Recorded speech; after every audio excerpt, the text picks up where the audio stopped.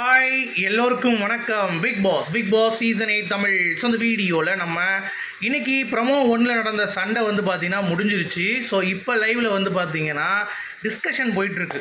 அதாவது சௌந்தர்யா மற்றும் எல்லா மேனேஜர்ஸும் சேர்ந்து என்ன பண்ணாங்க, நாங்கள் செஞ்சது கரெக்டாக இல்லையா அப்படின்னு சொல்லிட்டு ஒர்க்கர்ஸ் கிட்ட வந்து பேசிகிட்டு இருக்காங்க. பட் அதுக்கு முன்னாடி ஏகப்பட்ட விஷயங்கள் நடந்ததுங்க. ஸோ என்ன அப்படின்னா, ராணவ் அவருடைய இன்டென்ஷன் வந்து பார்த்திங்கன்னா பயங்கரமான ஒரு பியூரான ஒரு இன்டென்ஷன். ஒருத்தன் வந்து தொழிலாளி மேலே கை வைக்கும் பொழுது யூனியன் லீடராக அவன் அங்கே வாய்ஸ் ரைஸ் பண்ண வேண்டிய ஒரு கட்டாயத்தில் இருக்கான். அதை அவன் வந்து சிறப்பாக பண்ணான் அப்படிங்கிறது பாயிண்ட். இதுக்கு மேலே நம்ம பேசவே முடியாது. ஒரு தொழிலாளிக்கு கை வச்சா சும்மா இருக்க முடியாது. முதலாளியே ஈவந்தோ அவங்க எந்த ஒரு வார்த்தையும் சொல்லலை, நான் கேட்க முடியாது நீங்கள் சொல்கிறத அப்படிங்கிறது மட்டும்தான் அன்ஷிதாவுடைய இது. எங்கேயும் தவறாக பேசலை, எங்கேயும் வந்து நீங்களாம் கேடு கட்டவ, நீ விளங்காத மேனேஜரு, நீ ஒன்றுத்துக்கு இல்லாத மேனேஜர் அப்படின்னு சொல்லலை.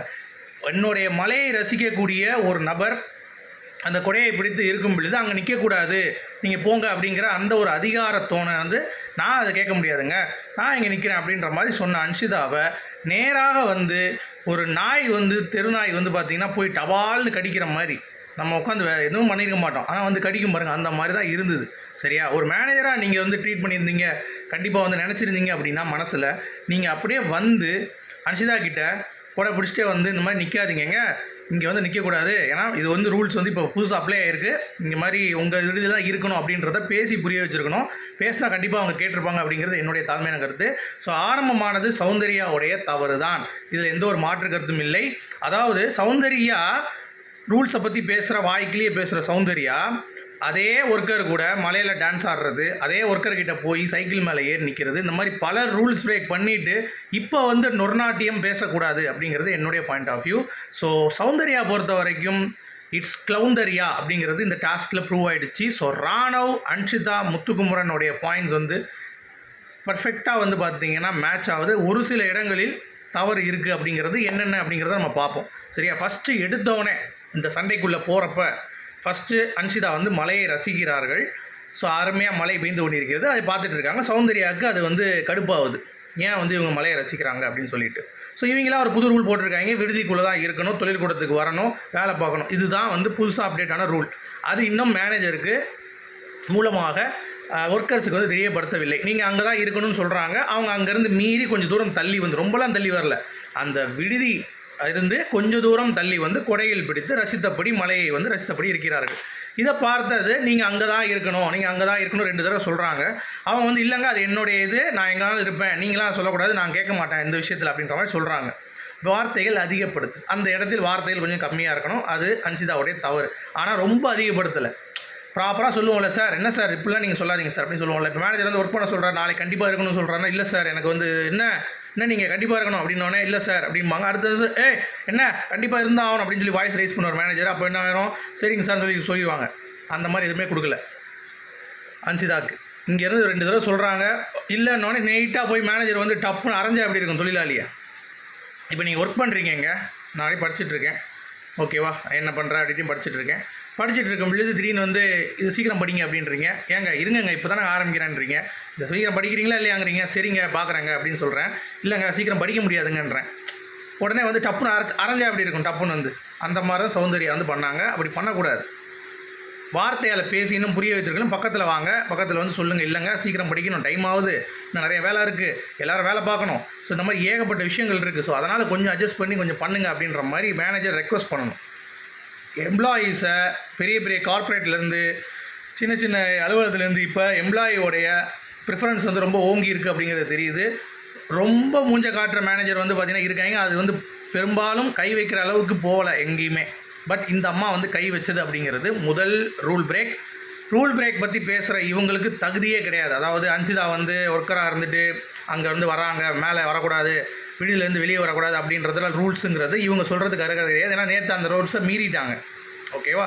நேற்று வெளியே வந்து விஷால் கூட குத்தாட்டம் போட்டது, ராணவ் கூட குத்தாட்டம் போட்டது, அப்புறம் சைக்கிளில் ராயன் பக்கத்தில் போய் நின்னது, ராயனுக்கு ஊட்டி விட்டது, இந்த மாதிரி மேனேஜர் எவன் வந்து ஊட்டி விட்றான் லேபருக்கு, இந்த மாதிரி நாங்களும் கேட்டால் பயங்கரமாக லாக் பண்ணலாம், அப்படிலாம் கிடையாது. சரி, அடுத்து ராணவ் உள்ளே வந்து கையை வைக்கிறாங்க, கொட்டையை பிடிச்சி இழுக்கும்போது ஏன் கையை வைக்கிற அப்படின்ற மாதிரி கேட்குறான்.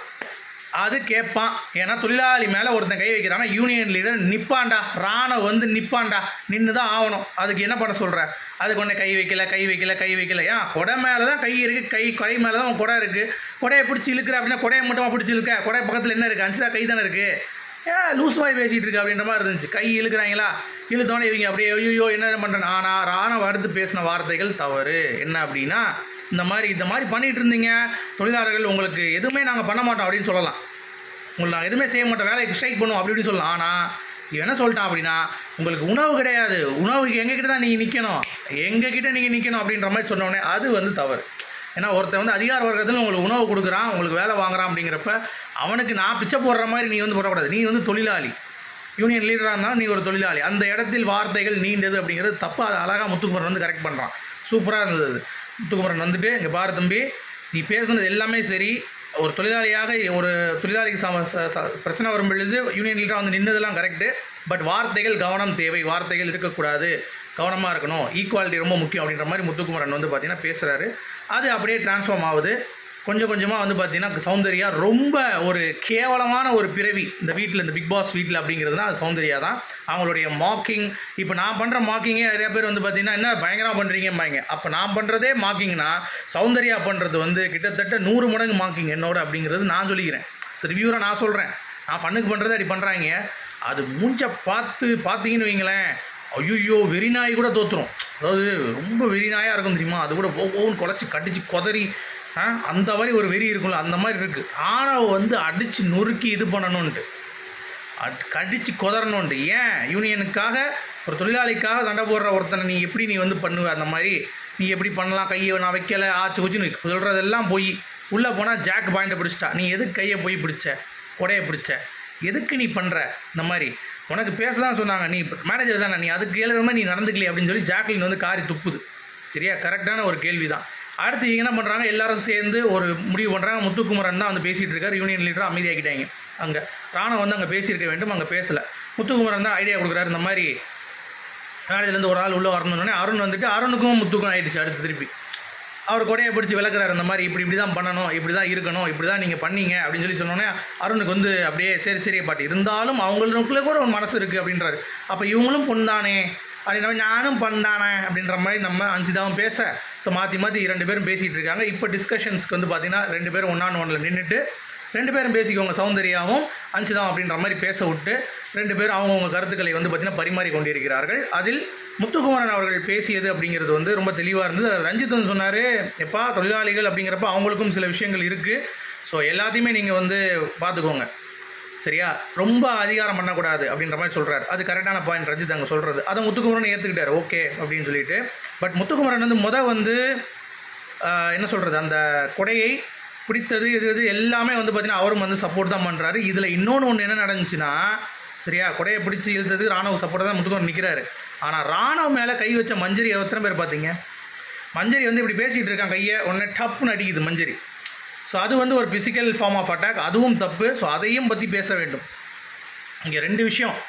ஒன்று நம்ம சௌந்தர்யாவுடைய க்ளவுன் ஆக்டு, விஜய் சேதுபதி செத்தா சௌந்தர்யா. 2வது வந்து மஞ்சரி ராணுவ அடித்ததற்கான ஒரு இது. அப்புறம் முத்து வந்து பார்த்திங்கன்னா கிளியராக இந்த விஷயத்தில் ஹேண்டில் பண்ணி ஒரு சொல்யூஷன்ஸ்க்காக கொண்டு வருது அப்படிங்கிறது யதார்த்தமாக இருந்தது. அருணோடைய இது வந்து பார்த்திங்கன்னா முத்து கூட ஒரு பர்சனலாக போயிட்டுருக்கு, தவிர வேறு யாராவது மேனேஜர் அனுப்பியிருந்தால் இந்த பிரச்சனை வந்து இன்னும் சுமூகமாக முடிஞ்சிருக்குங்கிறது என்னுடைய பாயிண்ட் ஆஃப் வியூ. நீங்கள் என்ன நினைக்கிறீங்க சொல்லுங்கள். மீண்டும் சந்திப்போம். Good bye.